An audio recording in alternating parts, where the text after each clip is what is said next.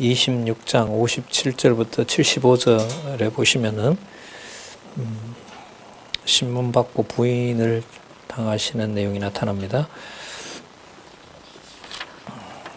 자, 7056페이지에 보면 26장 57절입니다.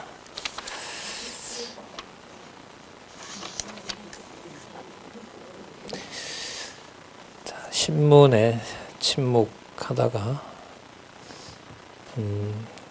그리스도임을 시인하세요.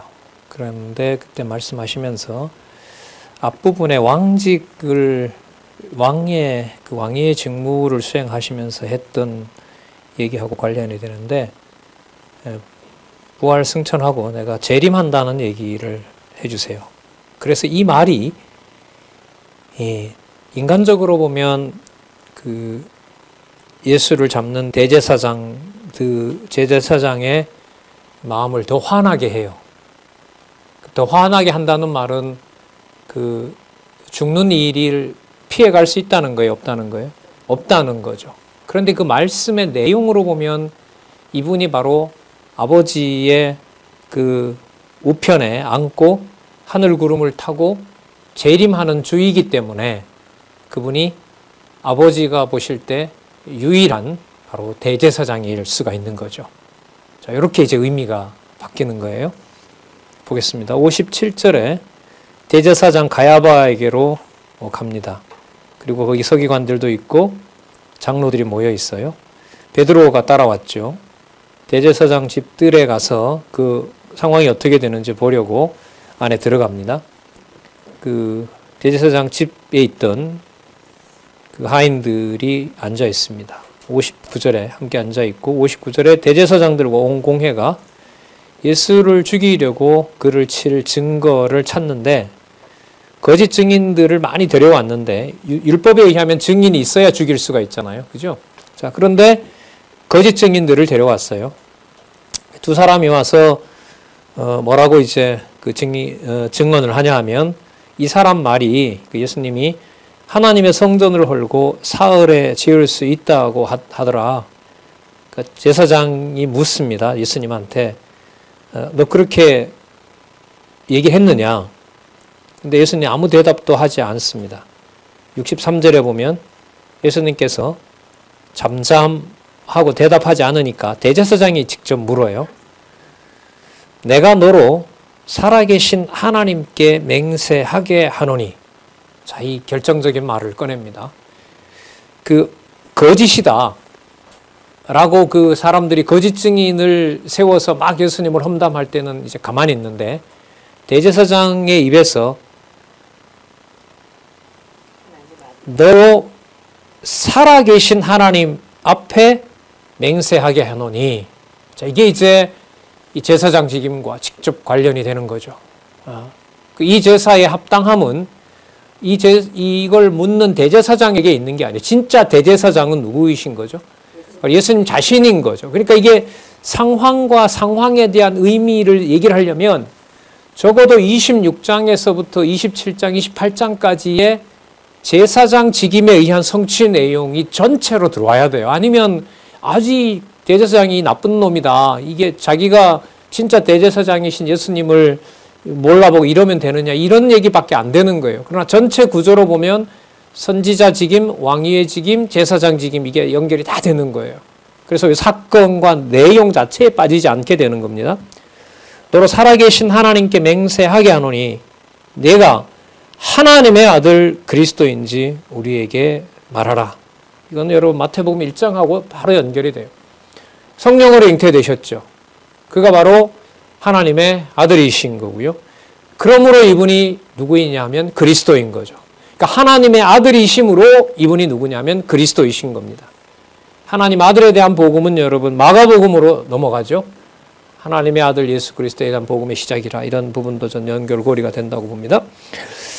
하나님의 아들 그리스도인지 우리에게 말하라. 예수께서 가라사대 내가 말하였느니라. 여기서 그냥 가만 계시지, 그냥 죽는 걸 순수히 죽으시면 될 텐데, 여기서 이 사람들의 인간적으로 말하면 분노를 더 끌어내죠. 그 분노를 더 끌어낸다는 말은 뭐 하실 수밖에 없어요? 버림받고 제사, 제물이 될 수밖에 없는 상황을 확증하세요. 왜? 무슨 말 때문에, 무슨 말을 입증하려고 하시냐면 예수님은 하나님의 아들 그리스도라는 말을 입증하기 위해서 예수님은 이 말씀을, 다음 말씀을 하신단 말이에요. 그런데 그 말을 대제사장과 여기 유대인들은 이 말을 견딜 수가 있어요, 없어요? 절대로 없는 거예요. 그래서 예수님을 반드시 죽이도록 할 수밖에 없어요. 그럼 이 일로 보면, 상황으로 보면 죽음을 더 자초하시는 일을 누가 하신 거예요? 예수님 자신이 한 거죠. 그게 사건이에요. 그럼 이렇게 하셔야만 되는 의미는 마태복음의 내용으로 보면 이분이 누구이기 때문에 제사장 직임을 성취해야 되는 그리스도이기 때문에 누구임을 확증해야 되니까 하나님의 아들임을 확증하기 위해서 그래서 이 말씀을 하실 수밖에 없어요. 그러나 내가 너희에게 이르노니 이후에 인자가 권능의 우편에 앉는 것과 이게 여러분 부활이거든요. 그럼 제사 참 유일한 제사장 되신다는 사건을 여기서 확증해 주고 있는 거죠. 인자가 권능의 우편에 앉는 것. 부활해서 뭐 하시는 거죠? 승천하신다는 사건과 연관이 되잖아요. 우편에 앉으신다는 것은. 그 다음 하늘과 구름 타고 오는 거. 이거 뭐냐면 재림이잖아요. 앞부분에 얘기했던 뭐냐면 심판과 관련이 되죠. 왜 이런 말씀 하실 수밖에 없냐 하면 아까 63절 끝에 누구라고 하나님 앞에서 맹세하셨기 때문에 하나님의 아들 그리스도라고 얘기하셨기 때문에 그러면 하나님의 아들 그리스도로서 이제는 죽으시는 것이 아니라 자 예수님의 표현에 의하면 아버지 우편에 앉는 대제사장이 되시고 나중에 영벌과 영생을 심판하는 재림의 통치자로 오셔야 되는 심판주이기 때문에 이분은 아버지께로 가는 절차를 밟으시는 거예요. 그래서 이 내용의 의미는 사건에 나타난 대제사장이 예수님을 죽여야만 되는 어떤 그런 상황의 내용인 거고 사건인 거고 거기에 담겨 있는 신학적 의미는 이분이 바로 하나님의 아들 그리스도라는 사실을 미래까지 확증해 주는 어떤 제사장? 영원한 대제사장 되신다는 사실을 확증해 주는 내용이 지금 이 예수님이 당하시는 비참한 사건입니다. 그러니까 이게 비참하게 당하신다, 속절없이 이렇게 악한 들에 의해서 죽었다, 그 말로만 설명을 하면은 안 되는 거예요. 연결성을 찾을 수가 없어요. 그렇게만 설명을 하면. 자, 65절에 대제사장이 자기 옷을 찢으며 누구라고 하니까 하나님의 아들 그리스도라는 말도 못 견디는데 나중에 아버지께 인자가 권능의 우편에 앉는다라고 하니까 대제사장은 지성소에 들어갈 수 있는 자는 누구밖에 없다고 생각해요. 자기밖에 없다고 생각하는데 하나님 우편에 간다고 하니까 이 말을 감당을 할 수가 없는 거예요. 이 말은 자기를 모멸감을 주는 거고 하나님을 모독하는 거기 때문에 뭐 할 수밖에 없어요. 죽을 수밖에 없어요. 그런데 그 죽을 수밖에 없는 예수님은 말씀하신 대로 하나님의 아들임으로 누구 우편에 가시는 대제사장이에요. 하나님 우편에 앉는 대제사장이에요. 그럼 한 사람은 저건 반드시 죽여야 되는 말을 하는 건데 또 한 사람, 물론 이때 또 한 사람은 예수님이죠. 예수님은 그걸 당신이 하나님의 아들임으로 하나님 우편에 가야 될 확증으로 보는 거예요. 그러니까 최악의 사건으로 인간 눈에 보이는 것이 하나님 아들이 바로 맞다는 것을 증명해 주는 사건이 됩니다. 이게 여러분 교회 사건을 볼 때 매우 중요한 거예요. 어떻게 교회에서 저런 일이, 저분이 저렇게 장로님이 어떻게 저렇게, 저 권사님이 저럴 분은 아닌데 이 말이 안 맞아요. 여기서는. 그렇게 평가할 수가 없어요. 왜? 그 그리스도의 몸된 교회의 그 통치자는 누구기 때문에 하나님의 아들이시고 아버지 우편에 모든 제사 행위를 완벽하게 이루신 분이고 통치하시는 분이기 때문에 당신의 이러한 과정들을 하나님의 교회를 통해서 어떻게 이루어 갈지는 우리가 짐작할 수 있는 방법이 없거든요. 그리고 재림하셔서 심판하시는 주까지 얘기를 다 하시는 겁니다. 하늘 구름을 타고 오는 것을 너희가 보리라 하시니, 자 읽었죠? 참남한 말을 하였으니 어찌 더 증인을 요구하리요. 보라, 너희가 지금 이 참남한 말을 들었도다. 자, 니들 생각은 어떠냐? 사형시켜야죠. 이렇게 끝납니다. 그러나 이건 단순 사형이 아니라 이 흐름으로 보면 하나님의 아들 그리스도로서 하나님 우편에 앉으실 수 있는 유일한 대제사장. 그것과 뭐하고 인간들이 볼 때 뭘 받아야 될 당연한 자? 사형받아야 될 당연한 자가 지금 묶여 있는 겁니다. 이게 바로 그리스도의 제사장 직임입니다. 그러면 눈에 보이는 사건과 귀로 듣는 사건으로 그리스도의 몸된 교회를 평가하는 것이 얼마나 위험한 줄 아시겠죠?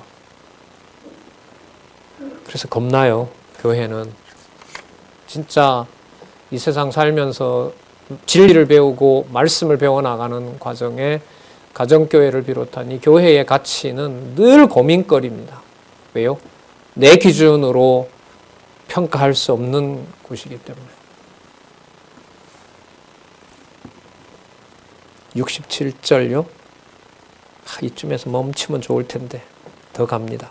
예수의 얼굴에 침 뱉고 주먹으로 치고 손바닥으로 때리며 가로되 그리스도야 우리에게 선지자 노릇해라. 너 그리스도라며 선지자들처럼 한번 기적을 보이든지 너 나를 한번 심판해봐라. 너를 친 자가 누구냐? 그러면 우리가 하나님 아들을 때렸단 말이냐? 그럼 너 하나님 아들이면 우리가 때리는데 너 한번 방어해봐.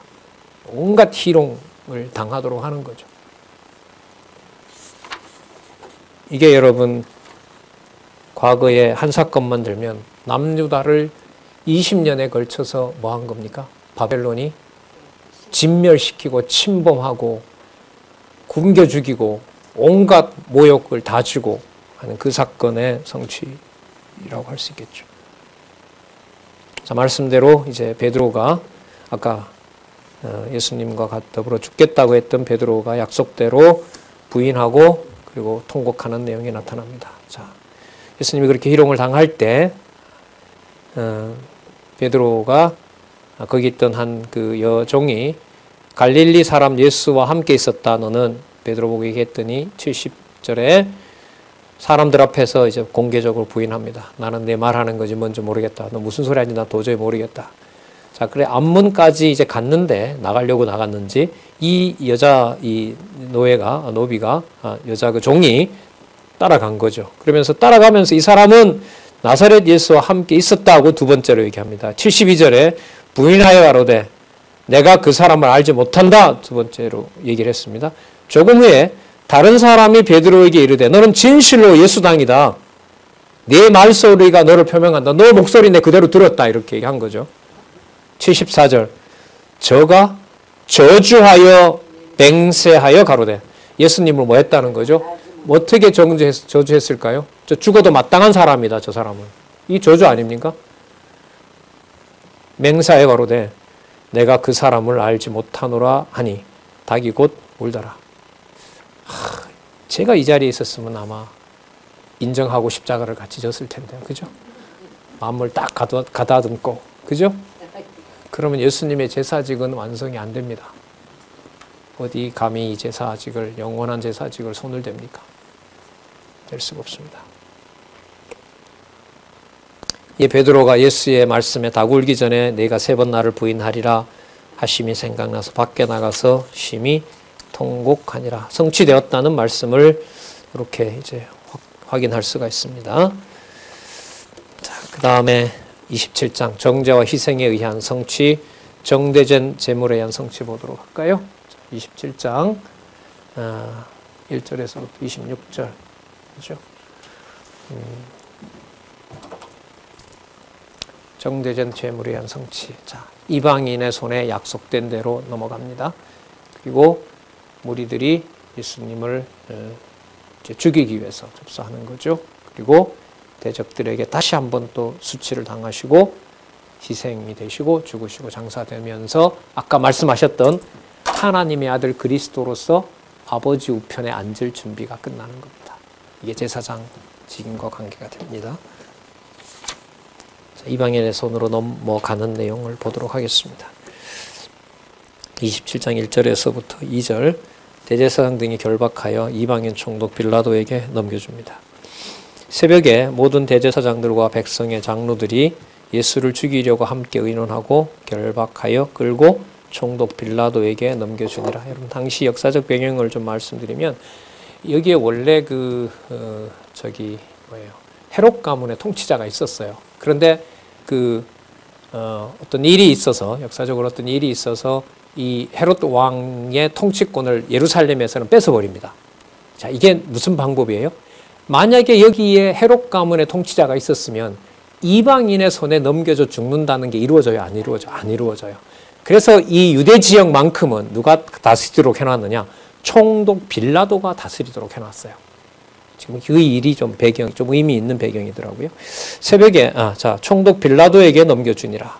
그러니까 모든 세상 역사, 왜 그때 바벨론의 느부갓네살이, 왜 그때 페르시아의 고레스가, 왜 그때 헬라의 알렉산더가, 왜 그때 로마의 시저가, 네로가, 이렇게, 그렇게 있었느냐. 이 모든 것들은 우리는 지금 다니엘서를 통해서 살펴보고 있죠. 유다가 목매어 죽으며 반납한 은으로 토기장이 밭을 삽니다. 이것도 구약의 언약한 대로 이루어진 것을 보여줌으로써 예수께서 바로 메시아, 제사장직을 완성하신 분임을 보여줍니다. 자, 27장 3절 또 접속사 나오죠. 때에 예수를 판 유다가 그의 정죄됨을 보고, 그러니까 하나님의 정하신 때를 이룰 때가 되었으므로 이런 말입니다. 모든 게 다 이제 그런 과정으로 연결되는 것처럼 정죄됨을 보고 스스로 뉘우쳐 그 은 30을 대제사장들과 장로들에게 도로 갖다 주며 가로되 내가 무죄한 피를 팔고 죄를 범하였도다 하니 제가 가로되 그것이 우리에게 무슨 상관이 있느냐, 네가 당하라 하거늘. 이렇게 여러분 회개했으면 예수님 좀 살려주면 좋잖아요. 그러나 가룟 유다는 버리게 되어 있고 심판을 받을 자로 이미 확정을 해놓았습니다.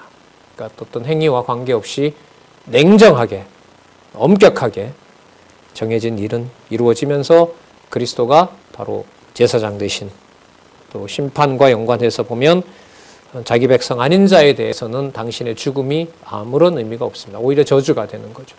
예. 그래서 많은 사람들이 얘기했던 대로 그리스도의 죽음은 보편적 속죄이기 때문에 모든 인류를 구원하기 위해서 왔다. 이게 만인 구원론이거든요. 그건 성경적이진 않습니다. 이 흐름을 지금 보면. 그렇다고 우리 기준으로 당신은 천국 가고 당신은 지옥 간다, 이런 말을 우리가 또 함부로 할 수도 없는, 그거는 통치권에 대한, 또 왕권에 대한, 그건 그야말로, 네, 그렇죠, 모욕입니다. 4절에 5절에 유다가 은을 성소에 던져놓고 물러가서 스스로 목매어 죽은지라. 돌이킬 수가 없습니다. 제사장들이 은을 거두어서 이것은 피값이라, 피값이기 때문에 성전 고에, 성전 창고에 넣을 수가 없다. 이건 이 부정한 돈은. 그래서 토기장이의 밭을 사서 지나가던 나그네들이 죽었을 때 그걸 묻는 이제 밭으로 샀는데, 이게 9절에 보면 선지자 예레미야로 하신 말씀이 이루었나니 일러스되 저희가 그 정가된 자, 곧 30으로 가격을 정한 자, 이스라엘 자손 중에서 정가한 자의 가격, 곧 은 30이 노예 가격이죠. 토기장이 밭값으로 주었으니 이는 주께서 내게 명하신 바와 같으니라 하였더라. 구약의 언약대로. 그러니까 가룟 유다가 뭐 해야 돼요? 자살해야 돼요. 그리고 그 돈을 안 받아야 돼요. 그럼 우리 생각은 이렇게 괴로워서 얘기하는데 뭐 하기 전에, 예수님 팔기 전에 좀 이런 사람들 돌려주면 안 돼요. 지극히 우리 기준이죠. 그러니까 누구나 다 공감하는 얘기예요. 그런 얘기들은 세상 사람들이. 그러나 그런 심정으로 성경을 하나님의 말씀으로 이해할 수가 없어요. 도저히 이해될 수 없습니다. 그러면 선지직, 왕직, 제사장직을 깨닫게 되는 것은, 깨닫도록 하시는 것은 우리의 생각과 판단을 넘어선 성령 하나님의 깨닫게 하시는 역사라는 것. 그래서 성경 신학에서 주관자가 하나님이시다라는 것은 매우 중요하죠. 자, 재밌는 장면이 여러분 11절에서부터 27장 11절에서부터 26절에 나오거든요. 자, 무리들이 예수를 접수하고 예수님을 죽이려고 하는데, 여기에 보면 오히려 빌라도는 죄가 없으니까 뭐 해주려고 하죠? 풀어주려고 해요. 그런데 그게 또한 누구 마음대로 안 돼요? 우리 마음대로 안 돼요. 빌라도 마음대로 될 수가 없는 거예요. 그러니까 아까 이 제사장직 얘기하면서 계속 강조했던, 여기에 무슨 같이 과거 모형적인 유대인들의 제사처럼 나도 뭔가 좀 하겠다고 그렇게 참여하고 들어갈 수 있는 그런 제사가 아니에요. 네. 엄격한 제사고, 이를 통하여 하나님이 원하는 제사를 완벽하게 받으셨기 때문에 예수님 말씀에 예루살렘 성전은 이제 필요하지 않아요. 그건 다 없애버려야 돼요. 오히려 있으면 더 현혹시키는 거죠. 그 대안으로 실체로 이 땅에 주신 것이 바로 여러분 가정교회에서부터 시작하는 바로 이 지상의 교회라고 할 수가 있습니다. 자, 총독 앞에 섰는데 빌라도 총독이 물어요. 11절에 보면 내가 유대인의 왕이냐? 여러분 이렇게 연결이 되잖아요. 왕직과 관련된 건 어디 있었어요? 앞에 있었죠. 그죠? 왕직이었잖아요. 그런데 아까 예수님이 대제사장이 물었을 때 너 누구냐? 너 진짜 하나님 앞에서 맹세하건대 하나님의 아들 그리스도가 맞느냐? 맞다. 왜 맞느냐? 승천해서 부활해서 승천해서 아버지 옆에 내가 앉기 때문에 그렇다. 그러니까 참 왕은 아버지 편에 앉는 참 왕은 하나님이 원하는 제사를 그대로 드릴 수 있는 참 제사장일 때만 가능한 거예요. 그러니까 무슨 직과 무슨 직이 분리되면 안 돼요? 왕직과 제사장직이 분리되면 안 되는 거죠. 그럼 그리스도가 교회의 머리 되셔서 교회를 통치할 때도 그리스도가 왕의 통치권을 우리에게 같이 통치한다고 했으니까 비진리와 싸워 나가게 하는 과정에서 그것이 하나님 앞에 의로운 희생 혹은 의로운 제사가 되기 위해서는 누가 보증해 주셔야 돼요? 그리스도가 보증해 주셔야 돼요.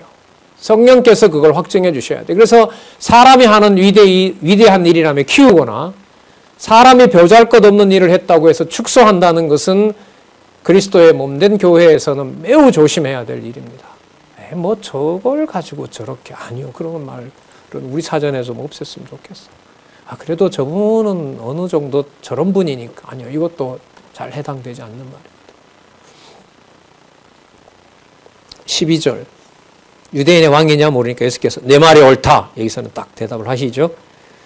12절에 대제사장들과 장로들이 고소를 해도 아무 대답하지 않습니다. 13절에 빌라도가 그럽니다. 저가 너에 대해서 얼마나 많은 것을 그 증거하느냐. 근데 왜 너 한마디도 대답하지 않느냐.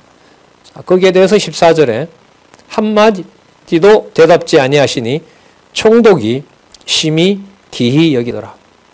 근데 예수님 아까 하신 말씀의 결정적인 게 다 나왔죠.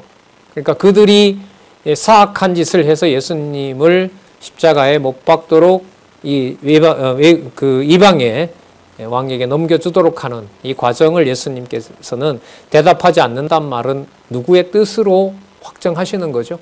하나님의 뜻으로 확정하는 거고 이 마지막 그 제사와 관련된 행위를 하는 총독에게 이방인에게 그러니까 당신이 누구임을 대제사장임을 메시아임을 하나님의 아들임을 증거하는 거죠.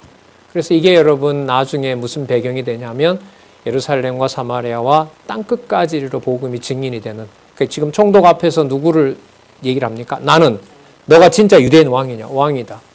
왜냐하면 이렇게 우리가 좀 더 연결을 시킨다면 내가 하나님의 아들 메시아이기 때문에 이렇게 되는 겁니다. 자, 15절에 보면 이게 빌라도가 봤을 때 무슨 밀란을 일으키거나 무슨 세금을 안 냈거나 이런 게 사람들을 모아다닌 건 맞지만 이제 이 로마 법에 저촉한 일은 없거든요. 무슨 뭐 혁명을 한다든지 이런 게 없었단 말이죠. 그러니까 빌라도서는 합법적인 세상의 법으로 봐도 죽일 일이 아닌 거예요. 그래서 머리를 쓰도록 하죠. 이 바나바와 이 강도잖아요. 이 바나바와 예수 중에 이 지금 놓아주고 싶은데 예수를 놓아주고 싶단 말이에요. 그런데 그 일이 자기 마음대로 할 일이 아닌 거예요. 이게 하나님 정해놓은 뜻인 거예요. 왜 저때 저 일이 꼭 이루어졌지? 왜 저때 하필 저럴 때 조선이 끝나고 일본이 이렇게 우리를 엄청나게 수백만의 사람을 죽이는 이런 역사가 시작이 됐지? 여기서 하나님의 존재가 기억난다는 것은 매우 중요하죠. 17절에 빌라도가 묻습니다. 내가 누구 놓아주랴? 바라바냐? 그리스도냐? 그리스도라는 예수냐? 자, 18절에 보면 그들의 시기로 이유가 없어요. 그냥 싫은 거예요. 예수님이 미워요. 그런 이유로 예수님을 넘겨줬기 때문에 시기로 넘겨줬기 때문에 어떤 법의 저촉을 받지 않아서 예수님을 풀어주려고 하는데 그럴 수가 없습니다. 19절. 그리고 또 하나 이 빌라도가 예수님을 놓아줘야 되는 일이 집에서도 일어났어요. 총독이 재판 자리에 앉았을 때 아내가 사람을 보내서 저 옳은 사람, 예수님이겠죠. 당신 아무 상관하지 마십시오. 손 떼세요. 그래서 나중에 보면 빌라도가 뭐예요? 물에다가 손 씻고 나와버리죠. 내일과 관계없는 일이다. 그런데 자기가 뭐예요? 손 떼면서 니들 맘대로 하라고 총독이 넘겨주니까 이방인의 손에 죽게 되는 거고, 그 총독의 사인에 따라서 마지막 여러분 아시는 것처럼 예수님의 입었던 옷을 로마 군병들이 나누는 일로 이방인에 의해서 처참하게 돌아가시는 일과 연관이 되는 거죠. 그게 그리스도가 뭐와도 관계돼요. 이방인과도 연관이 되면서 바로 이방에도 통치자가 되신다는 것하고 이제 앞으로 역사에서 진행이 되겠죠. 저 옳은 사람에게 아무 상관도 하지 마옵소서. 오늘 꿈에 내가 그 사람을 인하여 애를 많이 썼나이다 하니라. 그러니까 이 꿈에 그리스도와 관련된 일이 그를 괴롭힌 거죠. 그래서 어떤 위협으로 보면 그 남편이 거기에 관여하지 않도록 하는 건데, 이방인에게 알려지고 이방인들도 그 총독과 그 부인이 예수를 살려주려고 하지만 살려줄 수가 없어요. 그리스도는 제사장 직임을 완수해야 되거든요. 하나님의 아들 그리스도이시기 때문에 죽으시고 부활하신 몸으로 아버지 우편에 가셔야 되고 장차 심판주로 오셔야 되기 때문에, 그러면 이 일도 하나님의 뜻대로 정해진 일이 일어난 거지, 뭐 로마의 총독이 넘겨줬다 하더라도 결과적으로 넘겨주지만은 그게 로마 총독의 의지대로 예수님이 십자가에 못 박히는 사건이 아니라는 겁니다. 하나님의 정하신 뜻대로 된다는 것이, 그러므로 이분이 구약의 언약하신 메시아이라는 겁니다. 교회의 일이 여러분 전부 다 이런 시각에서 보여지면 좋겠죠. 그러면 어떤 사람에게 사람을 주어로 또 사람을 대상으로 하는 일들이 줄어들고, 근래에 하나님께서 제도까지 개혁하게 하셔서 오직 말씀의 권위 앞에서만 살아가도록 하는 문화가 지금 우리들 내에서 뿌리내리고 있지 않습니까? 어떤 그 선배가 그러더라고요. 과거에 이 성경을 이렇게 몰랐으니 지금 한 50년 전이죠. 그때 교회 학교에 내가 교사직을 그것밖에 못했구나. 그렇게 학생들을 자기 어떤 그 편의대로 애들을 그 선생이라는 이름으로 이렇게 저렇게 지도를 했는데 그것까지도 생각이 난다 그러더라고요.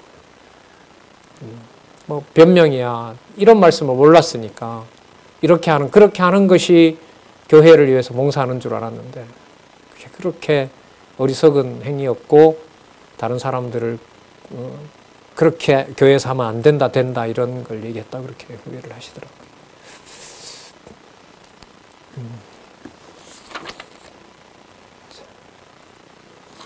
바라바를 그러니까 놓아줄 수가 없는 거죠.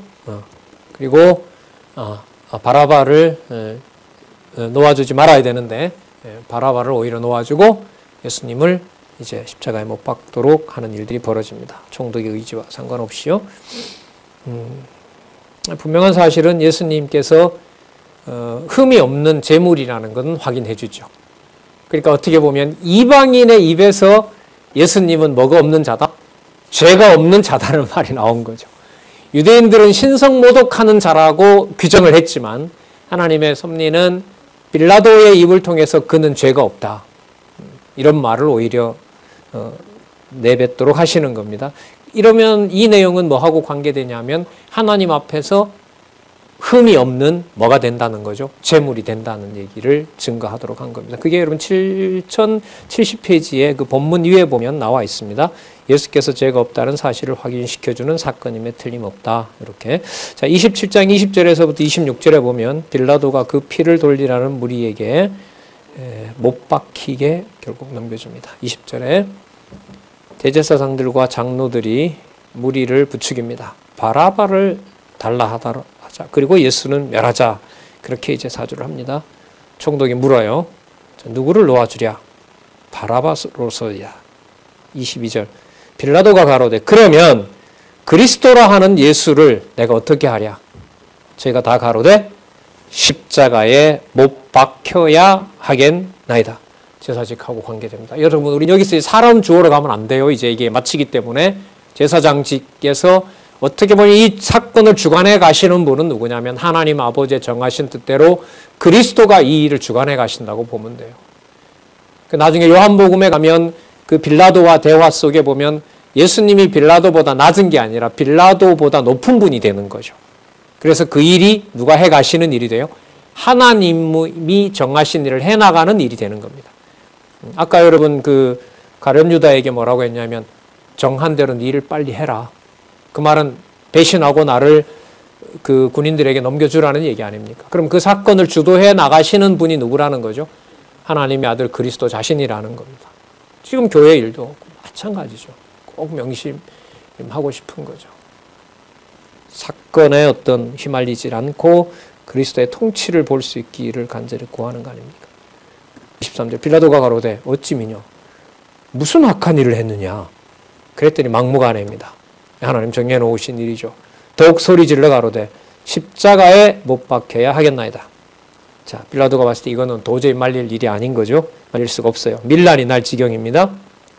이 모든 험한 상황을 제사장직임을 성취해 나가시는 바로 예수 그리스도가 주어가 되시는 바로 선지자이심을 확정하는 사건입니다. 이 사람의 밀란이 나려는 것을 보고 물어 가로되 무리 앞에서 손을 씻으며 가로되 이 사람의 피에 대하여 나는 무죄하니 너희가 당하라. 나는 이 일에 내가 범죄한 것은 없다. 그러나 여러분 빌라도의 의도와 상관없이 유대인들이 죽일 수 있는 법적 근거를 마련해 주는 자는 누굽니까? 빌라도입니다. 자기가 피할 수가 없어요. 그 역사에 보면 이 빌라도가 나중에 뭐 이 일로 괴로워서 로마에 다시 돌아가서 로마에서 자살해서 죽었다 이런 설이 있는데요. 기독교 역사에서 그렇게 보통 얘기합니다. 이거 딱 단선으로 그렇게 뭐 연결시킬 수는 없겠지만 그 전체 로마 제국의 통치자가 그리스도이시니까요.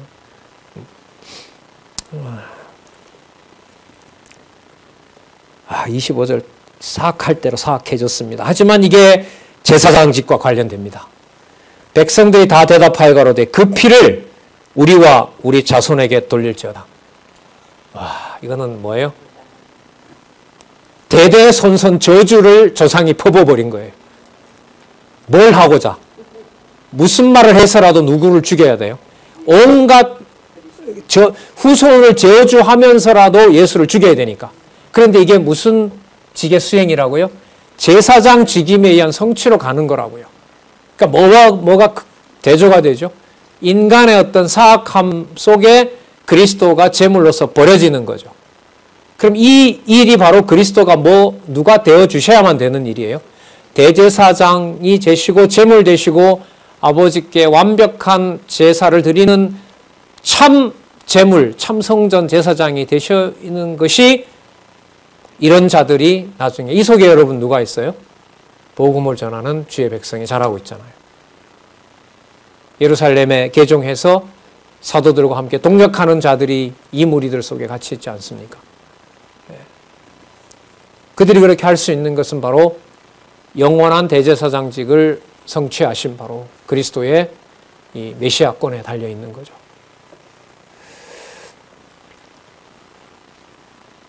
그리고 이건 예수님이 약속하신 거죠. 너희들이 조상들의 범했던 그 악한 일을 너희들이 다시 행해야 되고 지금 이 사람들 입에서는 누구에게까지 그게 연결이 돼요? 누구에게까지? 자기들 자손에게까지.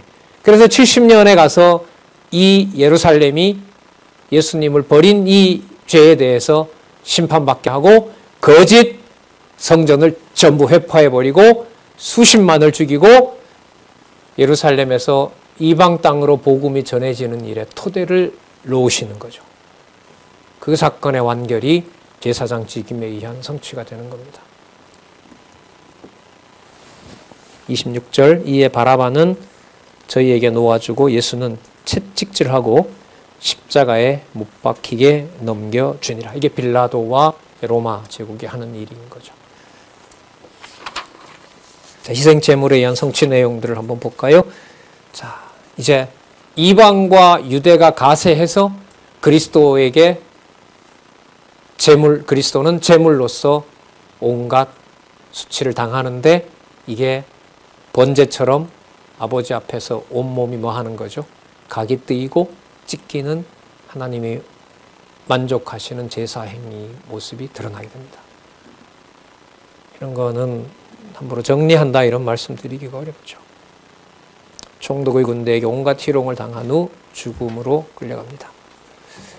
이에 총독의 군병들이 예수를 데리고 관장 안으로 들어가서 온 군대를 그에게로 모으고 그의 옷을 벗기고 홍포를 익히며, 희롱이죠. 진짜 희롱이. 홍포는 여러분 왕이 입는 색깔의 옷이거든요. 그러니까 아까 유대인의 왕이라고 하니까 그걸 뭐하냐, 희롱하는 거죠.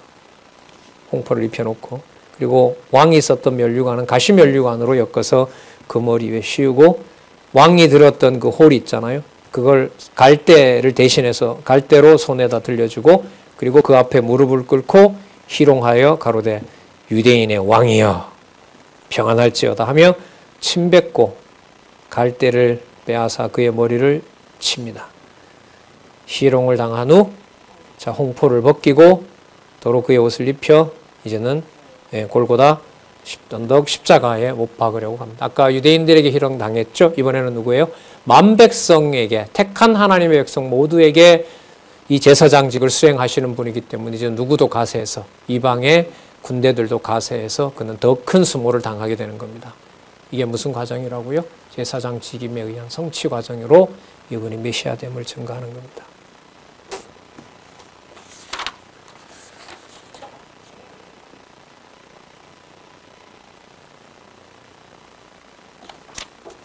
(32절에서부터) (44절에) 보면 십자가에 못 박혀 여러 부류에게 모욕과 희롱을 당합니다. 여러분, 여러 부류에게 이런 일을 당하는 분이므로 이분이 유대인의 단지 그림자 유대인의 그 제사장으로 오거나 또 왕으로 오거나 선지자로 온 분이 아니라 누구에게? 예루살렘에서부터 이방의 자기 백성에게도 그리스도의 이 제사가 유효한 또 효력이 있는 바로 그 메시아이심을 여기서 보여주는 거죠. 여러 부류에게 모욕과 희롱을 당함으로 나가다가 시몬이라는 구레네 사람을 만납니다.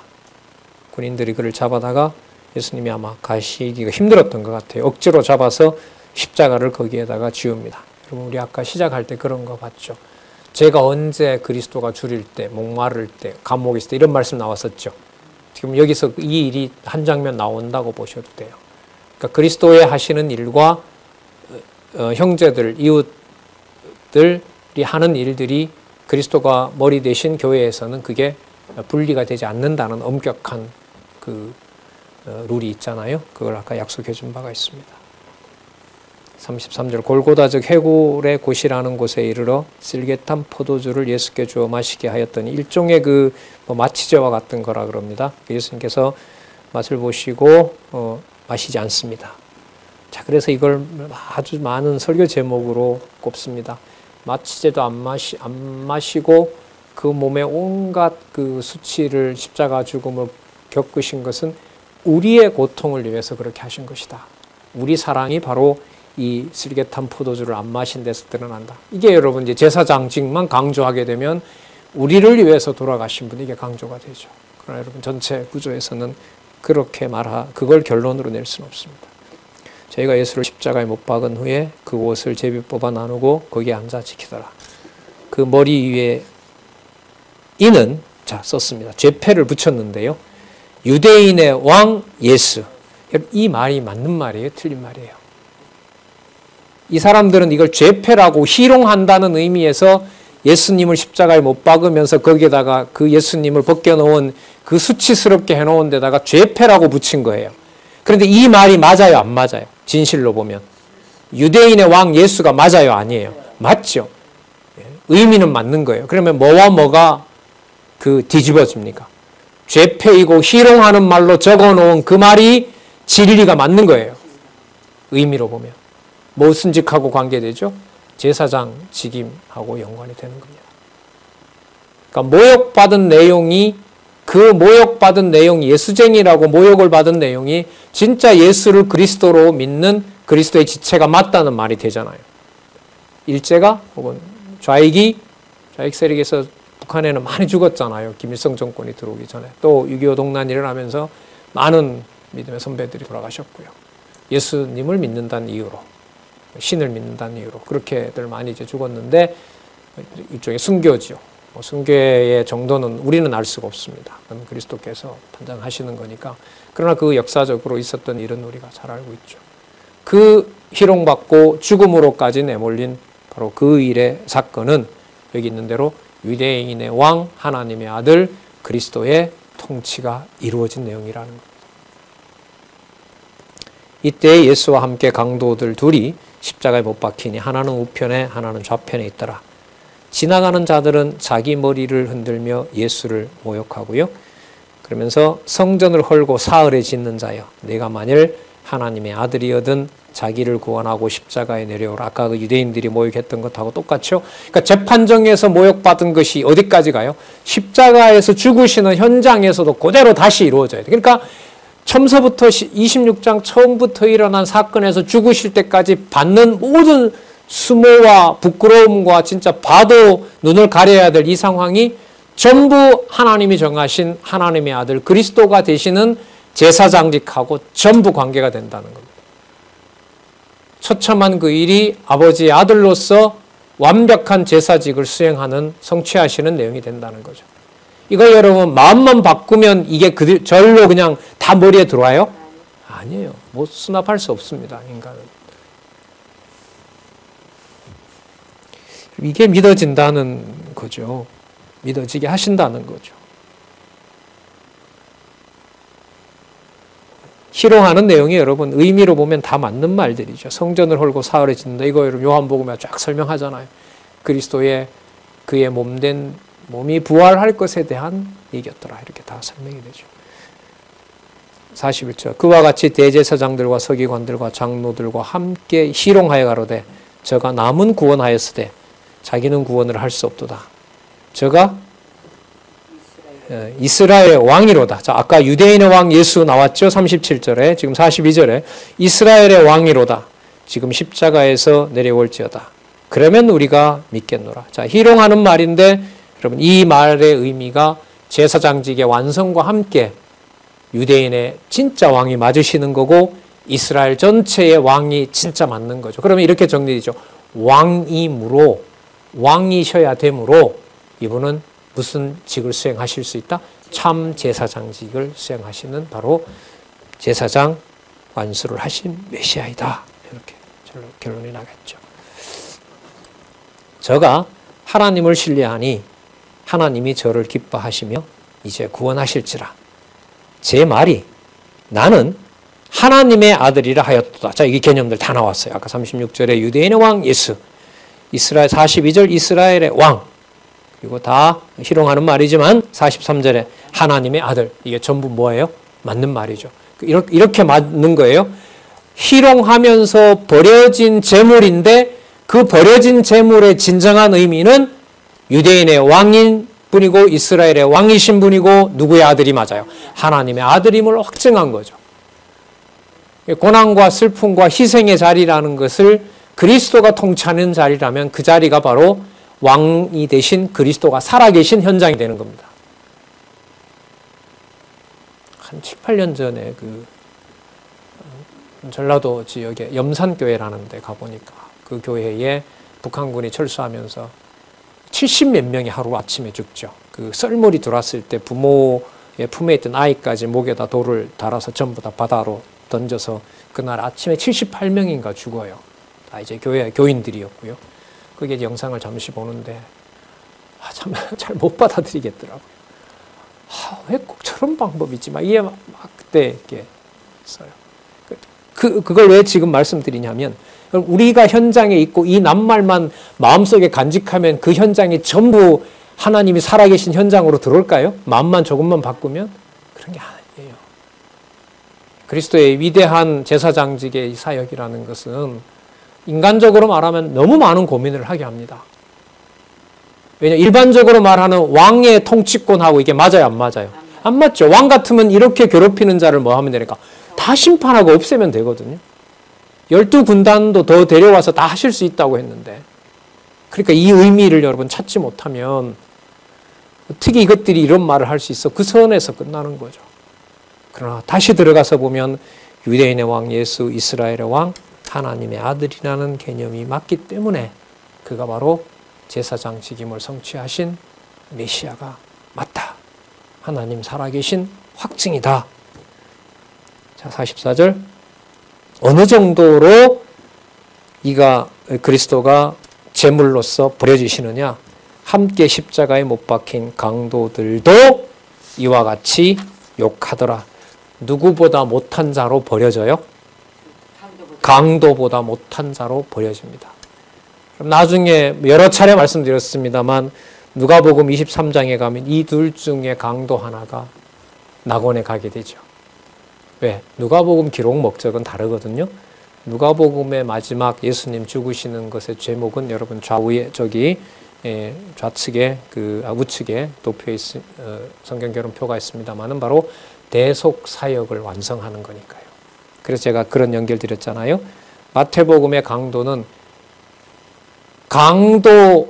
강도에게라도 버려져야 돼요. 강도보다가 못한 자로 제물로서 버려지는 거예요. 그리스도가. 아버지에게 완벽한 아들이 되고 참 제물이 되기 위해서. 자, 이게 바로 삼직과 관련된 제사직이고요. 누가복음은 하나님 아들로서 하나님 나라 사역을 하시는 이분이 누구냐면 대속 사역을 하시는 분이에요. 이분이 대속주가 되시기 때문에 대속주의 그 위대한 사역 때문에 당장 죽어야 될 강도 같은 자라도 어디에 보낼 수 있어요? 낙원에 보낼 수 있는 거예요. 의미가 다른 거예요. 그럼 여기서는 욕한 것에 초점을 맞춘 이유가 있고요. 누가복음 23장에서는 낙원에 있으리라고 하는 그 기록 목적이 다른 거죠. 강도에게라도 버려지는 데 초점을 맞추었다면 누가복음은 누구라도 어디에 보낸다? 강도라도 대속주 사역으로 천국에 보내신다. 그런 목적이 다른 겁니다. 이런 걸 여러분 좀 작은 사소한 부분이지만 이건 굉장히 큰 부분이에요. 사본상의 충돌이 일어나는 거기 때문에 이걸 이제 의미 분석 성경 개론에서 신학적 의미로 이게 다 완결됐다는 거예요. 저는 글쎄요. 지금 이렇게 주신 신앙 믿음으로 보면 자신 있게 말할 수 있어요. 본문의 토대를 두고. 자, 7장 45절에서 남았는데요. 이건 이제 다음 시간에 아마 이렇게 되면 마태복음 직임의 연성치 마칠 것 같거든요. 요거 마치면서 여러분 성경 개론도 준비하시기 바랍니다. 그래서 마태복음 전체 직임의 연성치의 정리는 개론과 그때 또 강론집도 가져오셔야 되니까요. 강론집과 2019년 4차 개정판 개론 가지고 최종적으로 정리하면서 마가복음으로 그렇게 넘어가도록 하겠습니다. 수고하셨습니다. 기도하겠습니다. 하나님 아버지 감사합니다. 기록된 이 말씀이 살아계신 하나님의 말씀으로 받아들여지게 하여 주시고 또한 고백하게 하여 주시고 함께 믿어지는 또 동력자들도 보내주셔서 이 믿음의 아름다운 결실과 또 전하고 싶은 마음을 또한 확인해 주셔서 무한히 감사드립니다. 비교할 수 없는 절대 진리의 말씀을 허락해 주셨습니다. 순수하게 지키고 더욱더욱 우리의 모든 마음과 뜻을 두게 하여 주시고 알 수는 없사오나 하나님 원없기는 많은 주의 백성들이 함께할 주의 동력자들이 이 진리와 함께 진리투쟁할 수 있도록 우리들을 무장시켜 주시옵소서. 예수님의 이름으로 기도드렸습니다. 아멘.